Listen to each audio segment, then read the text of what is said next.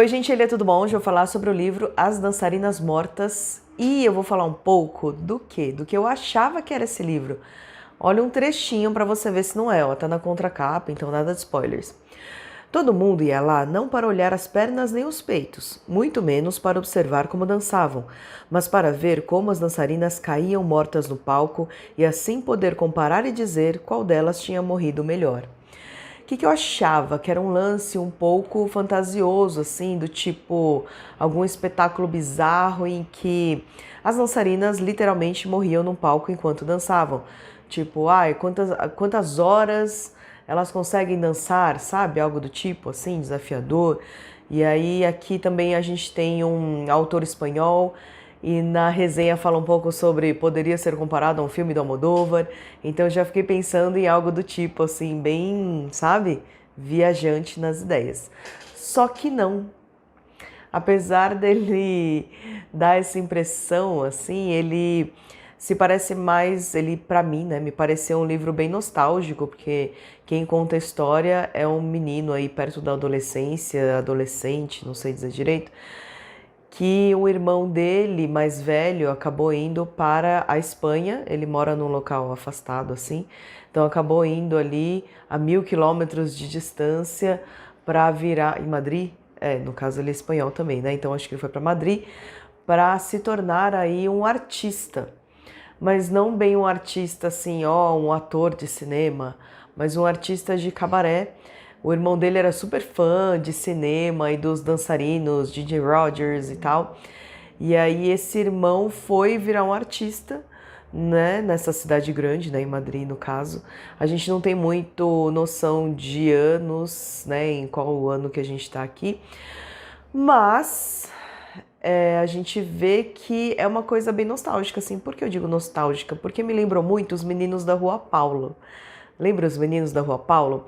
Que tinham os meninos ali que brincavam na rua, eles iam jogar futebol, até no Campo dos Surdos, não era também? Que eu me lembro, acho que tinha lá nos meninos da Rua Paulo, ou era com as crianças maiores, não lembro. Mas tem esse lance, sabe, da turminha, ir lá jogar um futebol e cada um viver suas experiências e tem umas tragédias assim no meio. A gente tem na turminha desse menino o Tatim, que é um menino que teve pólio, então ele tem assim dificuldade de se locomover e usa até aqueles aparelhos de ferro, sabe, que se usavam antigamente para andar, para ajudar ali, né, quem tinha problemas de mobilidade, mas andava, né? Ele era então o goleiro do time e o autor aqui faz o autor, né? O menino que conta a história faz uma analogia entre o barulho que o Tatim fazia quando caía para pegar uma bola, né? Que é aquele barulho de ferro assim, né? Caindo, aquele blom assim. E aí as dançarinas que o irmão falava que morria no palco, cada uma de uma forma diferente, mas que as dançarinas caíam e faziam aquele barulho. Ele imaginava que o barulho das lantejoulas, né, que as mulheres tinham ali na vestimenta, poderia também fazer aquele mesmo barulho que o Tatim caía. Era igual, sabe? Esse som, tanto do Tatim caindo e pegando uma bola, como das mulheres caindo no palco mortas. E aí, por isso que dessa frase eu fiquei impressionada, achando que ia ser algo mais assim, bizarro mesmo, né? Mas ele é bem realista e violento, porque o menino mora num bairro assim, né, espanhol, bem afastado e um bairro periférico. E o irmão vai tentar a vida e nesse bairro assim tem essas partidas de futebol, tem o ferro velho que eles gostam de ir lá brincar e se divertir, a princípio brincar e depois outras coisas. Vamos lembrar que eles estão na adolescência. E aí tem aqueles amigos que começam a fumar e contar histórias, começa a aproximação com as meninas, né? Então tem todo esse lado do irmão que ficou nessa vila aí onde eles moram. E as histórias que o irmão conta desse cabaré, de como eles moram todos na mesma pensão, por exemplo, que é de uma ex-artista de cabaré, que era muito bonita, continua sendo muito bonita, do fotógrafo Rovira, que virou amigo do irmão, que se chama Ramon, mas que depois muda de nome. Então, como assim o irmão mudou de nome depois? E aí, no desenvolver do livro, a gente vai vendo o que aconteceu com esse irmão que mudou de nome. A gente fica um pouco aliviado porque depois esse menino fala que conversou depois com o irmão, depois que ele passou essa fase de cabaré, e aí eles se reencontraram, então já dá um certo conforto e um ar maior ainda de nostalgia. E o irmão vai contando histórias por meio de cartas e pelas fotos que o Rovira, que acabou virando amigo dele, tirava.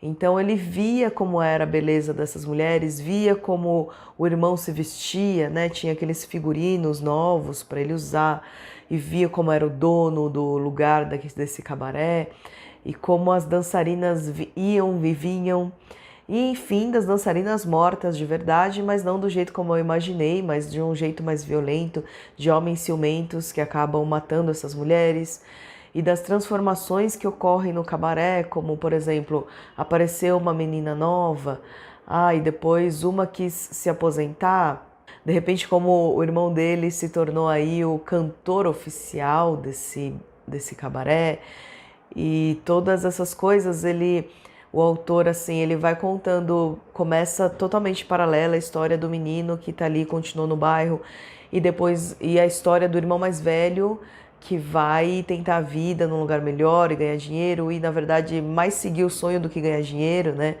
Que é o lance de viver como um artista, e como depois as coisas vão chegando, se aproximando, e como elas ficam muito iguais, assim, ao mesmo tempo que tem uma tragédia no cabaré, tem uma tragédia no bairro, e como as pessoas acabam se encontrando, o irmão acaba encontrando um cara que morava nesse bairro também afastado, e como essas coisas vão acontecendo e vão se entrelaçando na parte final do livro. Acho que nas últimas, sei lá, 20 ou 30 páginas do livro, a gente vê assim, tem um parágrafo enorme que fala, que conta assim, sabe? Por exemplo, enquanto os meninos brincavam no ferro velho, ao mesmo tempo que o guarda-costas, ao mesmo tempo que o seguro, guarda-costas, não, ao mesmo tempo que o segurança ia lá atrás daquela pessoa, ao mesmo tempo que aquela mulher estava sendo espancada, os meninos estavam sofrendo alguma coisa.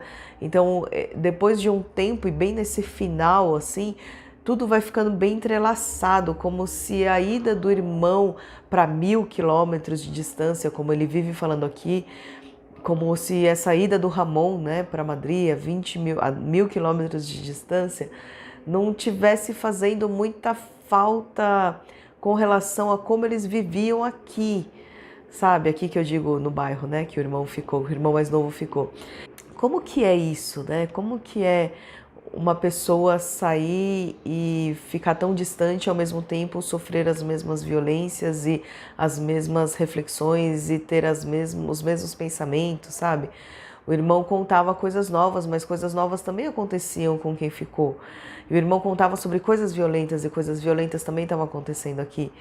Então, né, e assim, não é o mote do livro falar sobre que coisas acontecem em qualquer lugar, mas como esse irmão mais novo que ficou enxergava, né, como a história do irmão também acontecia aqui, e como assim como esse irmão pensava muito sobre o Ramon, que estava lá 1000 quilômetros de distância tentando uma coisa nova, mas ao mesmo tempo as coisas iam acontecendo com ele, e ele se dava conta disso pelas comparações que ele fazia, né? Assim como o menino caía no chão, assim como as meninas mortas, dançarinas mortas caíam no cabaré, assim como ele descobria coisas novas e coisas novas aconteciam, assim como pessoas novas apareciam na vida do menino e assim como pessoas novas apareciam na vida do irmão.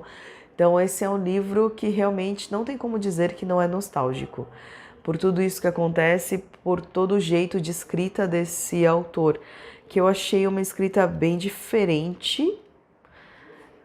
Foi a segunda vez que eu tentei ler esse livro, assim, e ele é muito diferente porque ele vai ter aí o nome das pessoas, os nomes artísticos e muitas pessoas e muitas histórias entrelaçadas, mesmo que os principais sejam aí os dois irmãos, mas a forma como ele detalha, né, até um pouco demais, talvez, algumas coisas, e algumas coisas que a gente queria saber de menos, como chega na parte final e a gente descobre algumas coisas sobre a dona da pensão que a gente até então não tinha tido nenhuma pista, mas que não fazem aquelas coisas de revolucionar a história e mudar totalmente o rumo, não.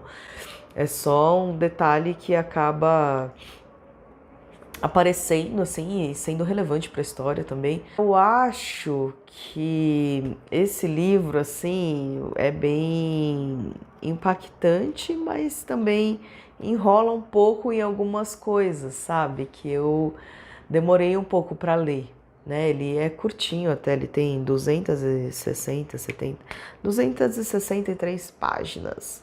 Sabe aqueles livros que você termina assim? Não, será que foi um final feliz? Não.